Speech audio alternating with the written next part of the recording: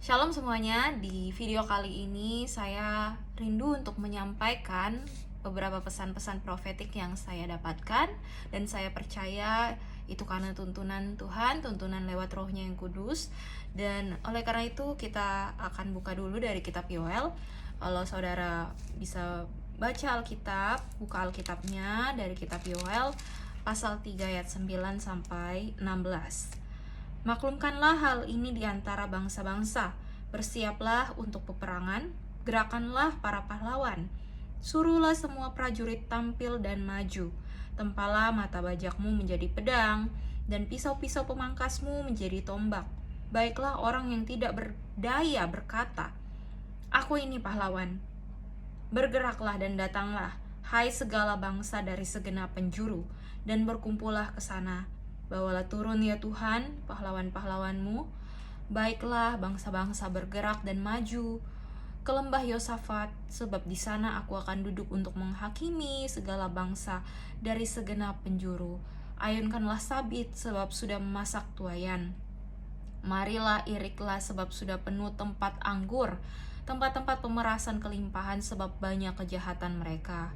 Banyak orang di lembah penentuan. Ya, sudah dekat hari Tuhan di lembah penentuan. Matahari dan bulan menjadi gelap, dan bintang-bintang menghilangkan cahayanya. Tuhan mengaum dari Sion, dari Yerusalem ia memperdengarkan suaranya. Dan langit dan bumi bergoncang, tetapi Tuhan adalah tempat perlindungan bagi umatnya dan benteng bagi orang Israel. Demikianlah pembacaan firman Tuhan. Baik, saya mulai untuk pesan-pesan yang saya dapatkan. Musim peperangan rohani telah dimulai. Para pendoa syafaat, perkuatlah barisanmu. Doakan bangsamu, doakan kotamu, doakan generasi bangsa ini. Doakan juga gerejamu, karena ketika gereja mengalami pengembangan atau ekspansi, maka bisa terjadi atau timbul gesekan, ya, akan timbul gesekan. Nah, pergerakan yang cepat akan disertai gesekan atau konflik yang timbul dari pergerakan itu sendiri. Jadi, doakanlah gereja Anda, ya, orang-orangnya, komunitas rohaninya, kelompok selnya, ya, connect grupnya. Doakan juga para pemimpin di gerejamu, ya, karena saat ini, ya, adalah saatnya kita semua untuk bersatu, ya, bersatu lewat doa. Kita mendoakan gereja kita, orang-orang yang kita kasih, orang-orang yang ada dalam komunitas gereja, ya, komunitas rohani. Doakanlah mereka, ya. Kalaupun Anda tidak bisa mendoakan semuanya, itu tidak masalah. Siapa yang Anda bisa doakan, maka doakanlah. Kalaupun Anda tergerak untuk mendoakan seseorang atau beberapa orang, maka doakanlah. Tidak harus semuanya didoakan, tetapi setidaknya Anda bisa menyebutkan gereja dalam doa Anda, ya.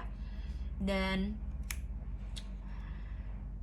ingat baik-baik, meskipun iblis berusaha memecah belah persatuan gereja, tapi tangan Tuhan yang kuat akan menopang setiap umatnya yang sungguh-sungguh percaya kepadanya. Jadi jangan takut akan apa yang terjadi di kemudian hari, karena biarpun situasinya tidak sesuai apa yang kita harapkan mungkin, atau situasinya kita dalam kesulitan, tapi tetap percaya bahwa Tuhan selalu menyertai kita, Tuhan Yesus menyertai kita, dan Tuhan akan sediakan apa yang kita perlukan seturut kehendak-Nya di waktunya yang tepat. Jadi Tuhan pasti menopang setiap umatnya, apalagi ketika umatnya berseru-seru, ya, melalui doa, memohon pada Tuhan. Tuhan mendengar, Tuhan menjawab doa umatnya. Jadi umat yang sungguh-sungguh percaya kepada Tuhan, maka Tuhan akan kuatkan, Tuhan akan topang. Amin. Selanjutnya Yesaya pasal 54 ayat 2 sampai 3. Yesaya pasal 54 ayat 2 sampai 3, ya. Ini mengenai musim yang baru. Kalaupun saudara tahu, tahun Ibrani yang baru mulai ini yaitu tahun 5786, ya. Ini juga berbicara di musim yang baru berdasarkan apa yang saya cari ya lewat internet ya kali ini ya, yang ayat Alkitab ini, tapi ada kaitannya dengan apa yang akan datang. Oleh karena itu saya bacakan dulu Yesaya 54 ayat 2-3. Lapangkanlah tempat kemahmu dan bentangkanlah tenda tempat kediamanmu. Janganlah menghematnya. Panjangkanlah tali-tali kemahmu dan pancangkanlah kokoh-kokoh patok-patokmu. Sebab engkau akan mengembang ke kanan dan ke kiri. Keturunanmu akan memperoleh tempat bangsa-bangsa dan akan mendiami kota-kota yang sunyi. Oke, demikian pembacaan firman Tuhan. Jadi ditulis di sini ya, ayat 2 itu lapangkanlah tempat kemahmu dan bentangkanlah tenda tempat kediamanmu, janganlah menghematnya. Panjangkanlah tali-tali kemahmu dan pancangkanlah kokoh-kokoh patok-patokmu. Di sini kelihatan sekali ya, ada usaha ya, tersirat usaha yang harus kita lakukan ya. Ada apa ya? Semangat yang harus kita miliki untuk mengerjakan sesuatu yang ekstra, sesuatu yang lebih lagi ya, karena Tuhan memberikan musim dimana kita itu harusnya ya mengerjakan apa yang Tuhan arahkan kita untuk kerjakan ya, mengerjakan panggilan kita dalam Tuhan, mengerjakan visi dan misi dari Tuhan ya. Jadi janganlah menghematnya, ada tertulis janganlah menghematnya, kerjakan dengan sungguh-sungguh ya. Jadi alasannya ada di ayat ketiga, sebab engkau akan mengembang ke kanan dan ke kiri, keturunanmu akan memperoleh tempat bangsa-bangsa dan akan mendiami kota-kota yang sunyi. Ada berkat Tuhan yang akan kita terima ya, akan kita peroleh. Tuhan akan memberi upah juga, Tuhan yang akan menyertai, Tuhan yang memberkati.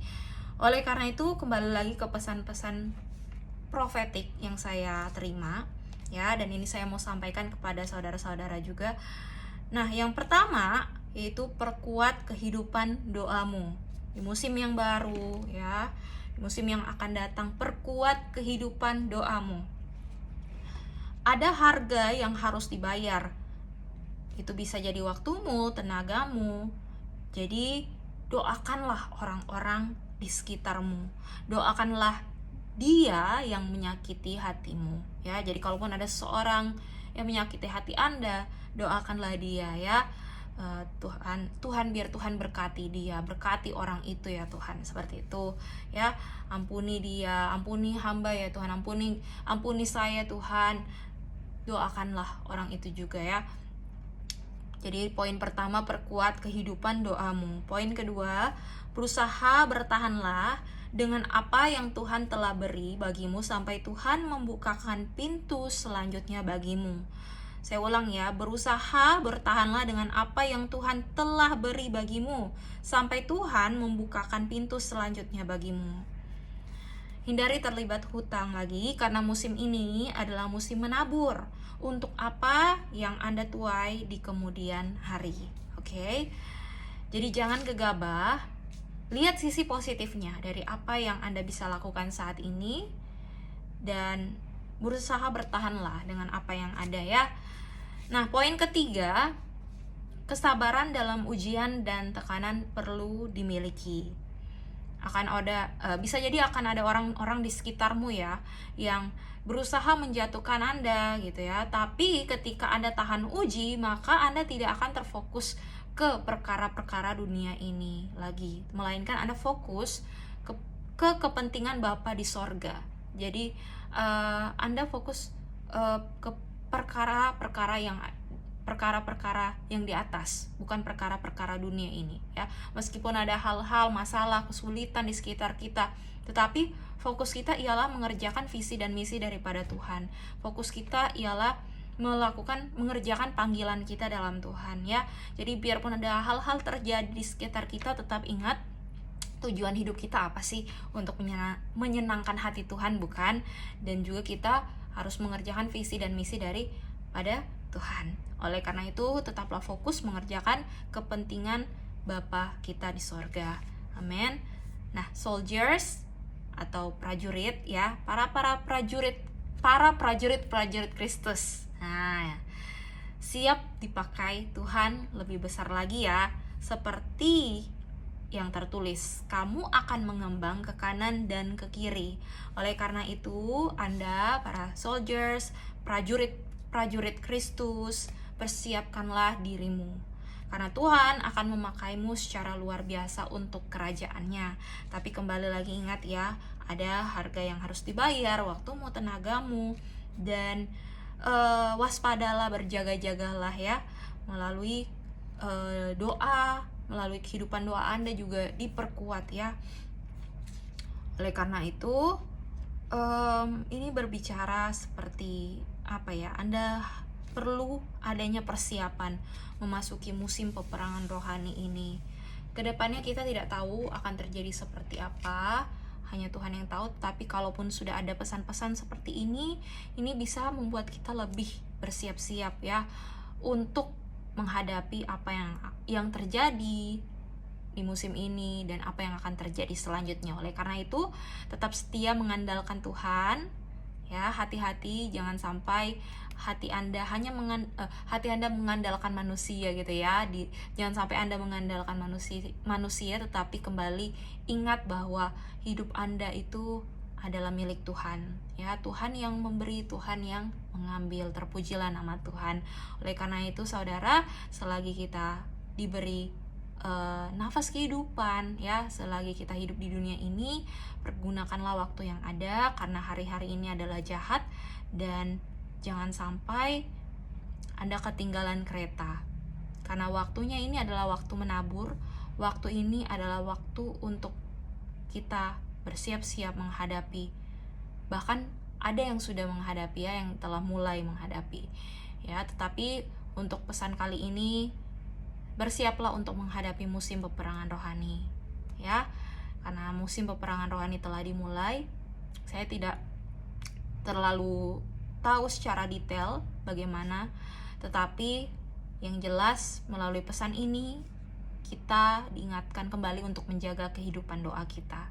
Karena ya, ketika peperangan rohani dibahas, maka itu ada kaitannya dengan doa. Oke, jadi perkuat doamu ya, kehidupan doamu maksudnya, sehingga apa yang kita kerjakan, apa yang kita tabur di musim ini juga kita akan mendapat upahnya ya nanti di musim yang akan datang, atau berdasarkan waktu Tuhan yang tepat ya. Waktunya menabur, apa yang Anda bisa kerjakan untuk menyenangkan hati Tuhan, lakukan. Kalaupun Tuhan ada mengarahkan Anda atau memberi perintah seperti itu ya, untuk mengerjakan sesuatu hal atau berapa hal, maka kerjakanlah ya. Saya percaya Tuhan akan sertai, Tuhan akan berkati, meskipun hal-hal terjadi seperti ekonomi ya, kesulitan ekonomi atau kondisi ekonomi secara global yang kurang baik, tapi tetap percaya bahwa Tuhan yang akan membukakan jalan berkat bagi kita semua. Tuhan Yesus memberkati. Terpujilah nama Tuhan. Terima kasih. Semangat ya. Shalom. God bless you.